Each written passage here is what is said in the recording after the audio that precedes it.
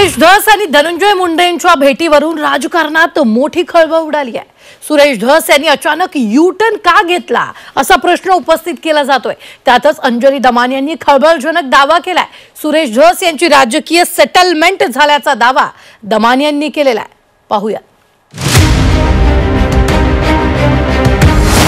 सुरेश धस यांची राजकीय सेटलमेंट।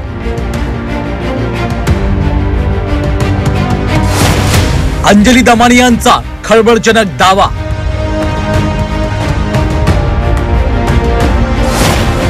संतोष देशमुख हत्या प्रकरण दडपण्याचा प्रयत्न।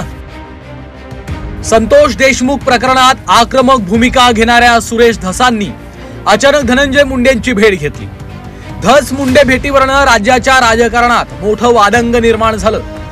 ज्यांच्या विरोधात गेल्या 2 महिन्यांपासून सुरेश धसांनी गंभीर आरोप करून रान उठवलं, त्याच धनंजय मुंडेंची भेट घेतल्यानं धस टीकेचे धनी ठरतायत। सुरेश धसांनी मुंडेंची भेट का घेतली यावरून तर्क वितर्क लढवले जात असतानाच सामाजिक कार्यकर्त्या अंजली दमानी यांनी खळबळजनक दावा केलाय।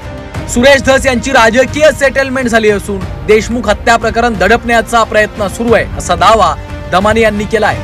धनंजय देशमुखांना पहिल्याच दिवशी जेव्हा आम्ही भेटलेलो बीडमध्ये तेव्हाच सांगितले होती की राजकीय मंडळींना तुम्ही घेऊन बोलताय पण हे कधी पलटतील तुम्हाला सांगता नाही येणार, आणि एक्झॅक्टली तसंच झालं।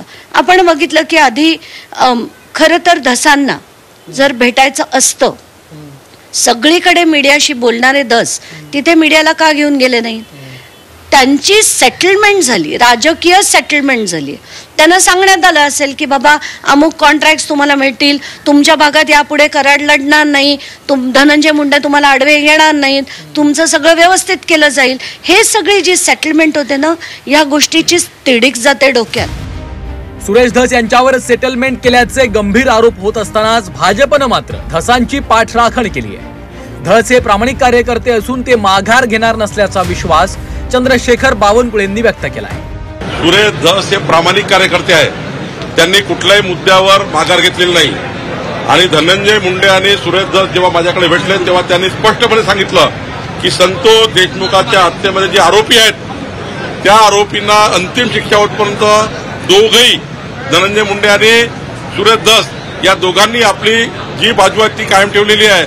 आणि सुरेश धस असे कार्यकर्ते आहेत, त्यांनी जे मुद्दे हातात घेतले आहे ते मुद्दे धसाच लावतपर्यंत सुरेश धस काम करणार आहे, त्यांना पूर्ण काम करण्याची मुभा आहे। तर बावनकुळेंच्या वक्तव्याची री पुढे ओढत प्रवीण दरेकरांनी देखील धसांची पाठराखण केली।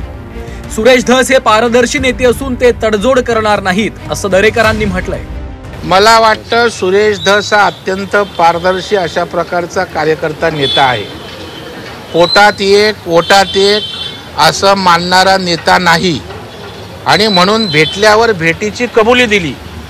कबुली दिल्यावर मी माझा विषय सोडणार नाही हेही त्यांनी सांगितलं। जर त्यांनी विषय सोडला, गप्प बसला तर त्या ठिकाणी त्यांच्यावर टीकेला वाव उरतो। प्रदेशाध्यक्षांनी बोलवल्यावर जाणं हे त्या ठिकाणी कर्तव्य आहे, तो पक्षशिस्तीचा भाग आहे, म्हणून ते त्या ठिकाणी गेले। परंतु त्यांच्या विषयाशी गुन्हेगारी या विषयावर त्यांनी जो आवाज उठवायला घेतलाय त्याच्याशी कुठल्याही परिस्थितीत तडजोड करतील असं मला वाटत नाही। देशमुखांच्या क्रूर हत्येची वास्तविकता सुरेश धस यांनी सभागृहात मांडली आणि संपूर्ण महाराष्ट्र हळहळला।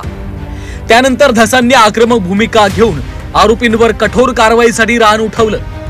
एक ना अनेक घोटाळे बाहेर काढून बीडमधल्या गुन्हेगारी जगताचा धसांनी बुरखा फाडला। त्यानंतर अचानक धस यांना गुप्तपणे धनंजय मुंडेंची भेट का घ्यावी लागली असा मोठा प्रश्न निर्माण झालाय। धनंजय मुंडेंच्या या भेटीमुळे सुरेश धस संशयाच्या घेऱ्यात अडकलेत हे मात्र खरंय। ब्युरो रिपोर्ट, झी 24 तास, मुंबई।